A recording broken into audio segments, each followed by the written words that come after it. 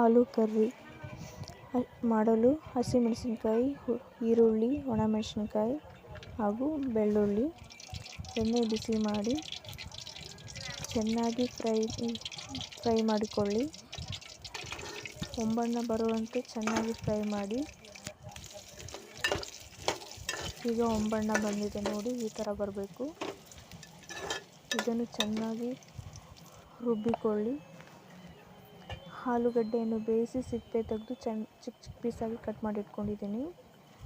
ಎಣ್ಣೆ ಬಿಸಿ ಮಾಡಿ ಒಗ್ಗರಣೆಗೆ ಹಾಕಿ ಸಾಸಿವೆ, ಜೀರಿಗೆ, ಹೆಸರುಬೇಳೆ, ಒಣಮೆಣಸಿನಕಾಯಿ ಹಾಗೂ ಸ್ವಲ್ಪ ಕರಿಬೇವಿನ ಸೊಪ್ಪನ್ನು ಹಾಕಿ ಆಲೂಗಡ್ಡೆಯನ್ನು ಹಾಕಿ ಚೆನ್ನಾಗಿ ಬಾಡಿಸಿ ಒಂದು 2 ನಿಮಿಷ ಫ್ರೈ ಮಾಡ್ಕೊಳ್ಳಿ. ನಂತರ ರುಬ್ಬಿರುವಂಥ ಮಸಾಲೆಯನ್ನು ಹಾಕಿ ಒಂದು 5 ನಿಮಿಷ ಕುದಿಯಲು ಬಿಡಿ. ಅದಕ್ಕೆ ಸ್ವಲ್ಪ ಅರಿಶಿನ, ಸ್ವಲ್ಪ ಉಪ್ಪನ್ನು ಹಾಕಿ ರುಚಿಗೆ ತಕ್ಕಷ್ಟು ನೋಡಿಕೊಂಡು ಉಪ್ಪು ಹಾಕ್ಕೊಳ್ಳಿ. 5 ನಿಮಿಷ ಬೆಂದ ನಂತರ ಸ್ವಲ್ಪ ನೀರನ್ನು ಹಾಕಿ ತಟ್ಟೆ ಮುಚ್ಚಿ ಒಂದು 10 ನಿಮಿಷ ಬೇಯಲು ಬಿಡಿ. ಈ ರೆಸಿಪಿ ತುಂಬ ಟೇಸ್ಟಿಯಾಗಿರುತ್ತೆ ಫ್ರೆಂಡ್ಸ್. ಉತ್ತರ ಕರ್ನಾಟಕ ಶೈಲಿಯ ಆಲೂ ಕರ್ರಿ ರೆಸಿಪಿ ಒಮ್ಮೆ ಟ್ರೈ ಮಾಡಿ, ಟೇಸ್ಟ್ ಮಾಡಿ.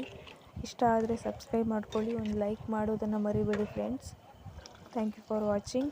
ನಮ್ಮ ಹೊಸ ವೀಡಿಯೋಗಳನ್ನು ಹೀಗೆ ನೋಡ್ತಾ ಇರಿ, ಸಪೋರ್ಟ್ ಮಾಡಿ.